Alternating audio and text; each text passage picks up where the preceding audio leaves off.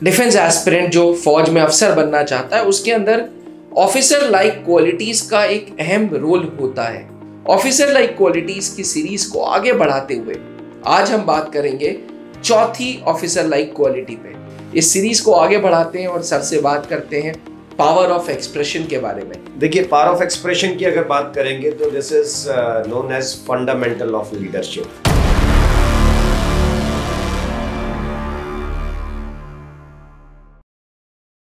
नमस्कार defence aspirants. हर एक डिफेंस एस्पिरेंट जो फौज में अफसर बनना चाहता है उसके अंदर ऑफिसर लाइक क्वालिटीज का एक अहम रोल होता है। कहीं ना कहीं सर्विसेज सिलेक्शन बोर्ड इंटरव्यूज में सारे एसएसएस आपके अंदर ऑफिसर लाइक क्वालिटीज ढूंढ रहे हैं। हमने पिछली वीडियो में आपको बताया था कि अगर आप चाहते हो कि आपके अंदर ऑफिसर लाइक क्वालिटीज डेवलप हो तो आपको क्या करना चाहिए। अगर आपने वो वीडियो नहीं देखी है तो मेरी गुजारिश रहेगी कि वो वीडियो जरूर देखें जिसमें हमने बात की है how to develop officer like qualities. Officer like qualities की सीरीज को आगे बढ़ाते हुए आज हम बात करेंगे चौथी ऑफिसर लाइक क्वालिटी पे। हमने already 3 officer like qualities cover कर दी हैं। त्रिशूल डिफेंस एकेडमी के इसी चैनल पे प्लेलिस्ट पे आपको ऑफिसर लाइक क्वालिटीज की प्लेलिस्ट मिल जाएगी जहां पे हमने ऑफिसर लाइक क्वालिटी 1, 2, 3 प्लस ये how to develop officer like qualities की सीरीज डाली है। इस सीरीज को आगे बढ़ाते हैं और सर से बात करते हैं पावर ऑफ एक्सप्रेशन के बारे में। सर, पावर ऑफ एक्सप्रेशन का अहम रोल है। कभी कभी कैंडिडेट्स अच्छे होते हैं, बहुत अच्छे होते हैं, लेकिन अपने आइडियाज को शेयर नहीं कर पाते, एक्सप्रेस नहीं कर पाते। बिल्कुल बिल्कुल। कहीं ना कहीं ये पावर ऑफ एक्सप्रेशन रोजगार जीवन में भी चाहिए। बिल्कुल एक रिलेशनशिप को इम्प्रूव करने के लिए, बिल्कुल यही बात है। एक रिलेशनशिप को इम्प्रूव करने के लिए ये पावर ऑफ एक्सप्रेशन अहम रोल अदा करता है। सर, मेरी गुजारिश रहेगी कि officer like quality number 4 power of expression पे थोड़ी सी लाइट डालें और क्या इसका महत्व है सर्विसेज सिलेक्शन बोर्ड इंटरव्यूज में। सर बिल्कुल। सर देखिए, पावर ऑफ एक्सप्रेशन की अगर बात करेंगे तो this is known as fundamental of leadership. अच्छा। और मैं ये बिल्कुल कॉन्फिडेंस के साथ कह सकता हूँ सभी व्यूअर्स को कि anyone who is not comfortable with language जी and he is not good with power of expression, he cannot expect his career into armed forces, especially as a commissioned officer.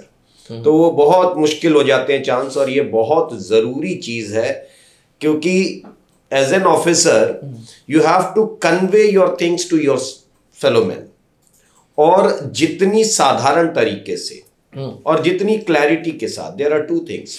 एक साधारण तरीका से आपको कन्वे करना आना चाहिए, और दूसरा बहुत कॉम्प्लिकेटेड ना हो पावर ऑफ एक्सप्रेशन को लेकर के, और बहुत क्लैरिटी होनी चाहिए आपके दिमाग में।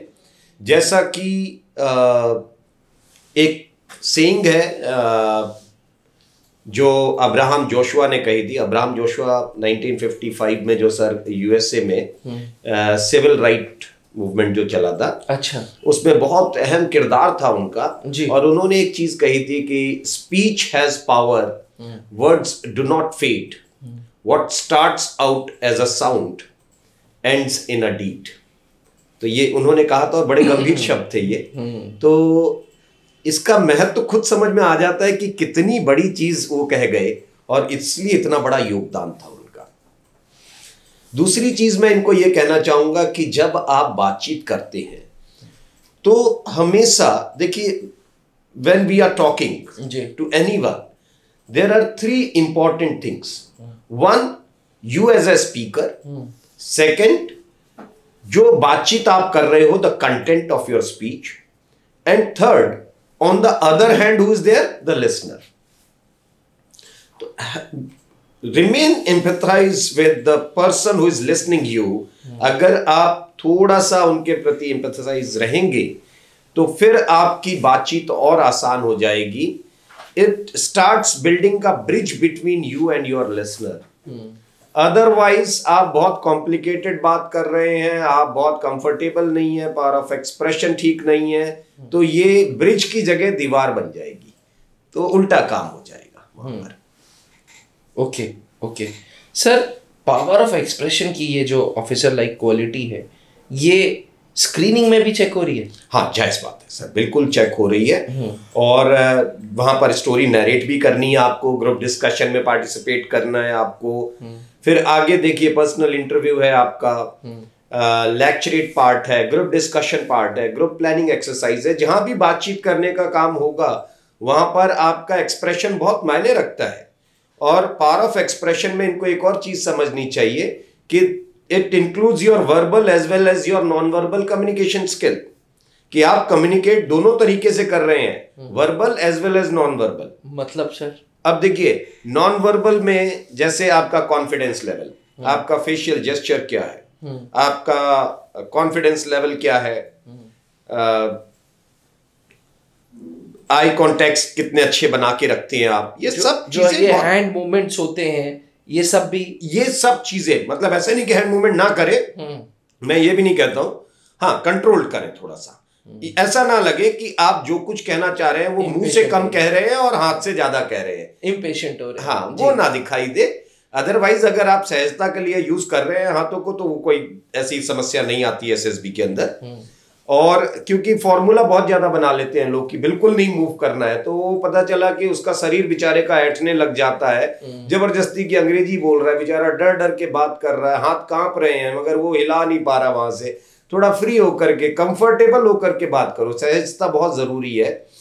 तो 55% योगदान आपके नॉन वर्बल कम्युनिकेशन का होता है, 55%। अच्छा, 45% is your verbal communication skill, जिसमें से 38% क्या होता है कि आपके फ्लो या जो आप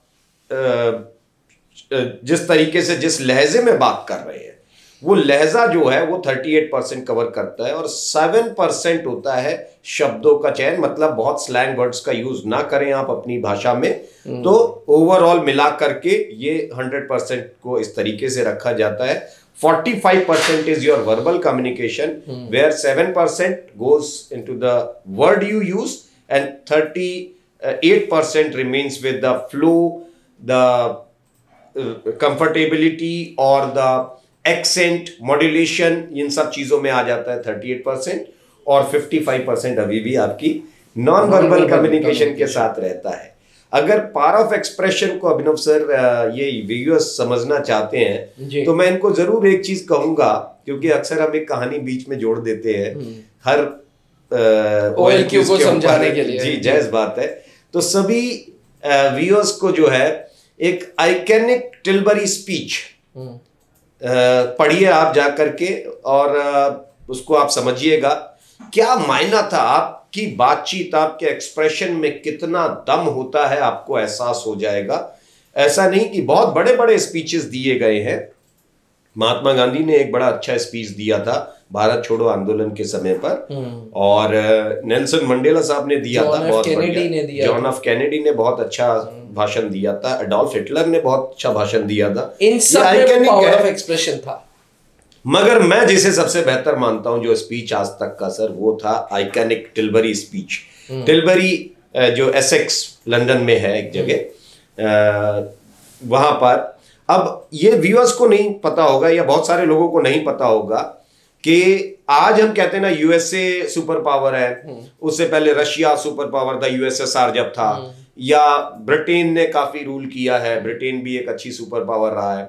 मगर 1500s में जी भारत, वो विश्व के जो सुपर पावर था ना, वो कोई और ही देश था, वो था स्वीडन। 1500s में Sweden was the super power. ठीक है, दुनिया का सबसे बेहतर देश माना जाता था, सबसे शक्तिशाली देश माना जाता था। और वहां पर होता क्या है कि 1500s में अंग्रेजों ने शुरू किया, क्योंकि उस समय जितना व्यापार होता था वो समुद्र से होता था, तो अंग्रेजों ने अपने भाई व्यापार वगैरह शुरू किए समुद्र के रास्ते से। तो वहां पर जो किंग फिलिप सेकंड जो थे स्वीडन में, उन्होंने देखा कि यार हमारा कॉम्पिटिटर आ गया कोई, ठीक है। तो उन्होंने इस बात से चिढ़ करके क्या किया, इंग्लिश चैनल में 122 जहाजों का बेड़ा भेज दिया उन्होंने। 122 पानी के जहाज, पूरी फौज तैनात कर दी कि इनका रास्ता रोक लिया जाए और ब्रिटेन को हराओ, ये युद्ध आ गया सामने। ठीक है, ब्रिटेन पूरी तरीके से आउटनंबर्ड था उस समय सर। अच्छा। ना उनके पास जहाज थे, ना उतनी बड़ी सेना थी। और उस दिन जो सबसे बड़ा काम हुआ वो था उनकी महारानी जो थी क्वीन एलिजाबेथ वन। उन्होंने क्या किया, वो गई थी टेलबरी और वहां जाकर के उस दिन उन्होंने वाइट, वैसे तो महारानी थी तो महारानी के पोशाक में आना चाहिए था, मगर उस दिन उन्होंने अपनी पोशाक चेंज की, वाइट कलर की वेलवेट के पूरी गाउन पहनी, उसके ऊपर जो आप मैथोलॉजी में जो कवच पहनते हैं जैसे वो सब, मतलब एक वॉर लेडी के तौर पर वो उतरी अपने सैनिकों के सामने।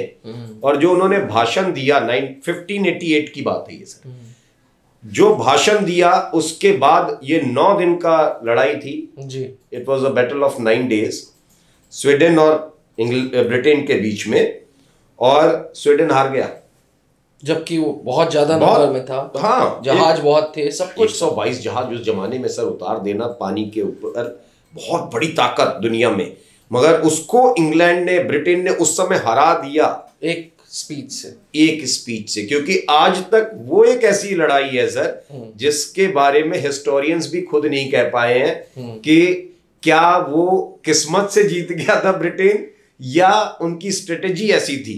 मगर हिस्टोरियंस एक बात को जरूर मानते हैं कि बहुत बड़ा काम किया था उस स्पीच ने। ये ताकत है अगर आपकी पावर ऑफ एक्सप्रेशन जरूरी है जी। अगर पावर ऑफ एक्सप्रेशन आपके अच्छे हैं तो आप लीडर बहुत। और 2 शब्द इसके साथ हमेशा आप जोड़ के रखें जब भी आप बात करें, you must be rhetoric enough, और आपका जो एलोक्वेंस होना चाहिए ना वो बहुत अच्छा होना चाहिए। मतलब आप इफेक्टिव बात करें, फ्लो अच्छा होना चाहिए, अच्छे ढंग से अपनी बात को रखो, इफेक्टिवली अपनी बात रखो। और रिटोरिक का मतलब होता है वाक्पटुता बहुत अच्छी होनी चाहिए कि कौन सा शब्द कहाँ बोलना है, किस जगह आप बैठे हैं, सही शब्दों का चयन होना। तो ये दोनों चीजें अपने पावर ऑफ एक्सप्रेशन में जोड़ते चलिए थोड़ा थोड़ा। Thank you sir, thank you so much. SSB aspirants, I am sure आपको महत्व समझ आया होगा पावर ऑफ एक्सप्रेशन का। अगर आप भी अपने अंदर naturally officer like qualities develop करना चाहते हैं तो आज ही त्रिशूल डिफेंस एकेडमी आए और एसएसबी की ट्रेनिंग लें। यहाँ कर्नल पंकज मेहरोत्रा सर, जो कि खुद सर्विसेज सिलेक्शन बोर्ड में as interviewing officer and deputy president थे, और साथ में GTO expert captain SK sir, 2 एसएसर्स अच्छे क्लासेस लेंगे और ऐसे क्लासेस जो नेचुरली आपको इम्प्रूव करेगा। सिर्फ सर्विसेज सिलेक्शन बोर्ड इंटरव्यूज में ही नहीं, पर नेचुरली आप एक अच्छे इंसान बनेंगे। इसी के साथ इजाजत दीजिए। मैं पुनः दोहराऊंगा, अगर आप ऑफिसर लाइक क्वालिटीज की प्लेलिस्ट ढूंढ रहे हैं तो त्रिशूल डिफेंस एकेडमी के यूट्यूब चैनल पे प्लेलिस्ट में ऑफिसर लाइक क्वालिटीज देख लें, जहां हमने OLQ 1, 2, 3, उसके बाद हमने बात की है how to develop officer like qualities naturally, and चौथा OLQ। इसी के साथ हम OLQ सीरीज को आगे बढ़ाते जाएंगे। थैंक यू, जय हिंद। अब डिफेंस एग्जाम क्रैक करना हुआ और भी आसान, त्रिशूल डिफेंस एकेडमी लेकर आए हैं बिल्कुल ही एडवांस लर्निंग ऐप। तो आज ही ज्वाइन करें और स्टार्ट करें अपनी ऑनलाइन क्लासेस।